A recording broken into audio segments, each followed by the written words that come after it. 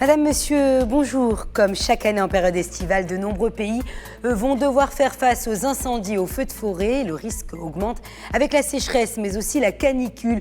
L'Europe d'ailleurs bat en ce moment des records de chaleur. De nombreuses régions sont placées en alerte canicule. Une vague de chaleur qui pourrait aussi toucher le Maroc. Des incendies de grande ampleur menacent nos forêts. Et pour prévenir et lutter contre cette menace, le Haut Commissariat aux eaux et forêts et à la lutte contre la désertification a mis en place un dispositif de protection de nettoyage des forêts, des pistes forestières, mais aussi des miradors de surveillance. Et pour parler des détails de ce dispositif, avec nous sur le plateau, Abdelhadi El Hafi, le haut commissaire aux eaux et forêts.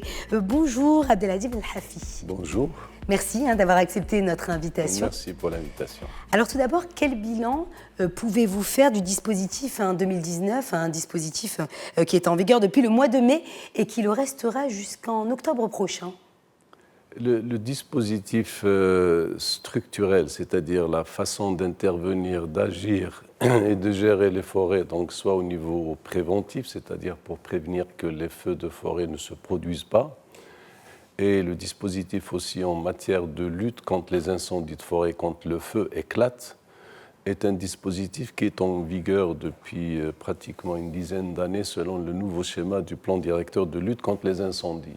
Mais chaque année, effectivement, nous démarrons à partir du mois de mai un dispositif qui s'adapte donc aux données du moment, en termes de température, en termes de localisation de ces feux de forêt, parce qu'il y a certaines zones qui sont plus sensibles que d'autres.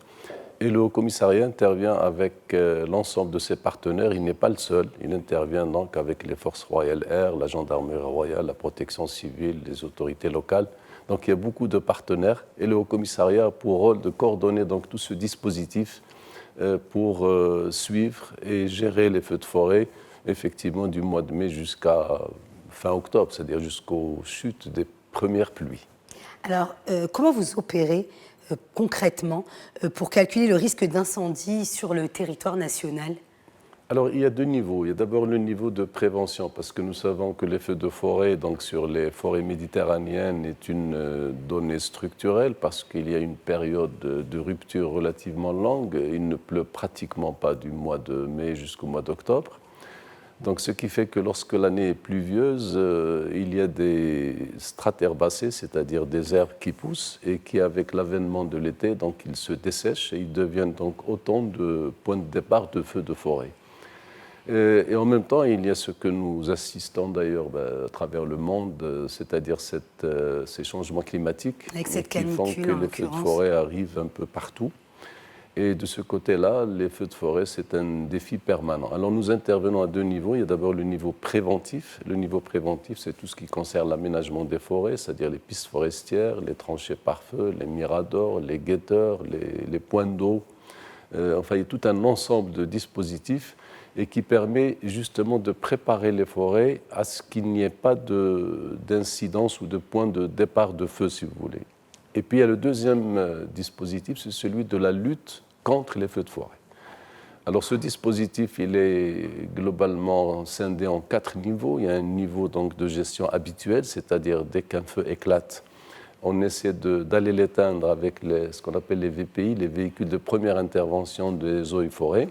Et puis lorsque le feu est relativement plus important, donc on passe au niveau 2, et dans lequel intervient tout le dispositif aérien, qu'il s'agisse des aéronefs de petite dimension, tels que le turbotrash avec des largages d'1,5 tonne à 3 tonnes, ou alors lorsque les choses sont un peu plus sévères, nous avons les Canadair, donc qui sont des avions particulièrement adaptés à ce système, et qui permettent donc de prendre à peu près 7 tonnes d'eau, si vous voulez. Ils peuvent écoper, c'est-à-dire charger de l'eau soit dans les barrages, soit en haute mer, selon les données du moment, et qui permet donc de... C'est bien entendu pour les gros incendies, les incendies beaucoup plus importants. C'est ça. Donc nous avons 4 niveaux en fait. Mais jusqu'à maintenant, donc, par rapport au bilan de cette année, c'est-à-dire jusqu'à aujourd'hui, depuis le 1er janvier, nous sommes à peu près à 200 hectares de forêt, c'est-à-dire d'espaces qui ont été parcourus par le feu de forêt, mais dans lesquels il y a 70% d'herbes secondaires, c'est-à-dire les espèces nobles ne sont pas touchées, ce qui veut dire que nous avons pratiquement 60 hectares d'arbres seulement qui sont touchés, ce qui représente une régression de près de 60% par rapport à la moyenne des 10 dernières années pour la même période. Alors justement, en termes de superficie moyenne touchée par des incendies, le Maroc se trouve en bonne position par rapport aux pays donc du bassin méditerranéen qui enregistre une moyenne dépassant les 16 hectares par incendie. Comment vous expliquez cela ? Alors, on l'explique de plusieurs manières. D'abord, le dispositif de prévention, comme je viens de le citer, est opérationnel, c'est-à-dire que nous préparons nos forêts pour les périodes estivales pour qu'il n'y ait pas de probabilité de départ de feu. Nous avons un système d'intervention sur les feux qui est extrêmement rigoureux et qui est coordonné par le Centre national des incendies ou des risques climatiques. Il y a les feux de forêt, mais il y a aussi autre chose. Et dans ce centre, donc, il y a une intégration de toutes les données. Et je crois que ce qu'il y a de plus remarquable, c'est ce dispositif de calcul du risque. Chaque jour, 2 fois par jour, nous intégrons toutes les données du moment, c'est-à-dire d'abord les massifs forestiers, d'abord les températures, le degré d'humidité dans l'air, les vents, les espèces forestières. Il y a tout un ensemble de données et qui nous permet de calculer pour chaque kilomètre carré à travers le territoire national le coefficient de risque, donc 2 fois par jour, et qui permet non seulement de calculer ce risque, mais aussi de donner le procédurier. C'est-à-dire quand on dit qu'une zone est dans la classe 2, donc nous avons un dispositif qui se met immédiatement en place avant que les feux n'éclatent. Donc c'est probablement ça qui explique d'abord la coordination, et puis l'extrême rigueur dans l'intervention et ce dispositif informatique qui nous permet de gérer et d'être en tête par rapport aux forêts du bassin méditerranéen en termes d'efficacité. Alors juste pour que nos téléspectateurs puissent bien comprendre, vous avez parlé de canicule, de sécheresse, parmi les facteurs justement des feux de forêt. Est-ce qu'il y a d'autres facteurs aussi dont il faut parler ? Les départs de feux de forêt au Maroc sont essentiellement d'origine humaine.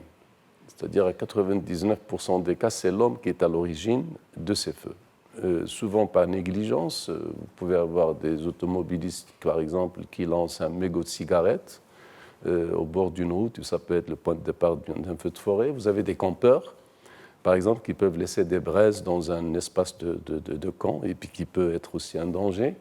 Il y a aussi certaines pratiques, par exemple ceux qui fabriquent par exemple le charbon de bois à partir du bois dans un certain nombre de charbonnières. C'est une procédure, en principe, c'est un procédé qui est interdit pendant les périodes estivales. Et puis il y a les autres pratiques, la récolte du miel, etc., brûler les champs. Donc souvent, c'est l'homme qui est à l'origine de ces feux de forêt. Les feux de forêt d'origine naturelle sont extrêmement rares, c'est-à-dire la foudre, par exemple. On en enregistre peut-être 1 ou 2 cas par an, mais ça n'est pas l'essentiel. Alors justement, qu'est-ce qu'il faut faire face à ces comportements inciviques ? Est-ce qu'il faut finalement sévir davantage ? Qu'est-ce qu'il faut faire ? Il y a plusieurs niveaux. Il y a d'abord la sensibilisation, c'est-à-dire essayer, tel que nous le faisons à travers les spots publicitaires, dans les télévisions, les radios, les journaux, mais aussi avec des dépliants. On essaie de sensibiliser justement pour faire prendre conscience de ce danger. Deuxième élément, ce sont les guetteurs, ce que nous appelons les guetteurs, c'est-à-dire la surveillance des forêts. Entre le mois de mai et le mois d'octobre, on augmente de quelques milliers le nombre de surveillants de la forêt et qui ont pour rôle, pour mission essentielle de tourner dans les espaces forestiers et de guetter s'il n'y a pas donc, les indices d'un départ de feu, ce qui nous permet d'agir très rapidement.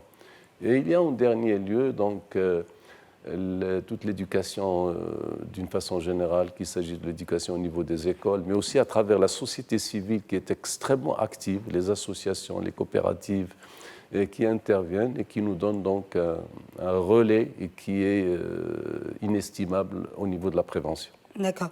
Donc oui, la sensibilisation est plus qu'importante, justement. Est-ce que vous êtes confiant pour cette année 2019 ? Est-ce qu'on peut dire que les taux d'incendie seront en baisse, monsieur le commissaire ?